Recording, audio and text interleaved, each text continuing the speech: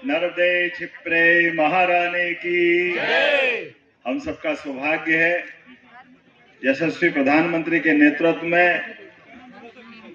कितना कम समय और कितना बड़ा देश और कितने प्रकार की अलग अलग बातों का बारीक बातों का ध्यान रखते हुए यशस्वी प्रधानमंत्री ने पूरे देश का मान दुनिया में बढ़ाया। जोरदार ताली माननीय यशस्वी प्रधानमंत्री नरेंद्र मोदी जी के लिए बजाएं। हम जानते कि हमारी सनातन संस्कृति में कितनी बारीक बात है कि हमने अपनी स्वच्छता के लिए उपयोग में आने वाले झाड़ू को भी लक्ष्मी माता का रूप दिया है। हमारी अपनी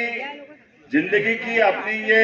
एक छोटी सी लेकिन अत्यंत महत्व की इकाई है। जब आपका पूरा जीवन, हम सब जानते हैं कि बीमारी का घर अगर है तो कहाँ है,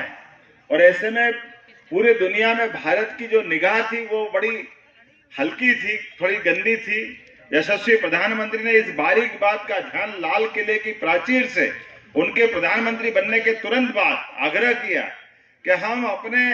स्वच्छता अभियान को सर्वाधिक महत्व का और फिर समान रूप से सारे क्षेत्रों में, लेकिन स्वच्छता जैसी बात को स्थापित करते हुए, और आप तो हम सब और सौभाग्यशाली हैं, पूरे देश के अंदर स्वच्छता की नगरी का अगर तमगा किसी को मिलता तो मध्य प्रदेश को नंबर 1 में, इंदौर को यह तमगा मिलता, मध्य प्रदेश को यह मिलता।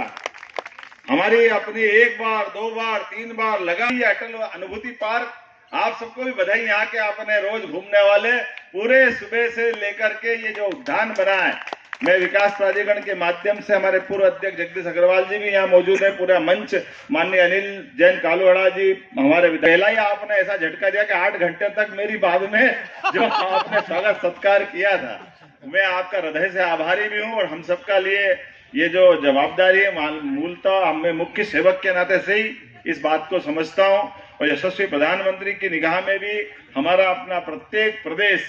अपनी पूरी क्षमता योग्यता के साथ अलग अलग क्षेत्रों में काम करे, और काम के आयाम भी इतने हो कि हर विभाग अपना अपने आप में जो अच्छे से अच्छा हो सकता है वो करने का प्रयास करे। इसलिए आज दिन में मैंने प्रदेश के कुछ मसलों के बैठ करके वहां से लौटा हूं, और आज यहाँ उज्जैन के विकास की बात करने के बाद, क्योंकि हमारे अपने विकास के कारवाओं के लिए ही भारतीय जनता पार्टी जानी जाती है, और मुझे इस बात की प्रसन्नता है कि विकास के मामले में मेरी अपनी भी और माननीय शिवराज सिंह जी चौहान और सभी लोगों की भावना है कि विकास के मामले रुकना नहीं चाहिए। किसी प्रकार की कोई डेवलपमेंट के अलावा जनहितैषी योजना भी नहीं रुकेगी। और हम सब जानते हैं कि आने वाले समय में 2028 में कुंभ मेला आएगा, और कुंभ मेला जिसको हम सिंहस्थ कहते हैं, और सिंहस्थ के सभी विकास कामों में भी उसी प्रकार से हम अपनी पूरी ताकत लगा करके वो दृष्टि देने वाले हैं, जिसके आधार पर अभी तक के सबसे अच्छे मेले में कोई भराएगा तो अपना मध्य प्रदेश का सिंहस्थ मेला 2028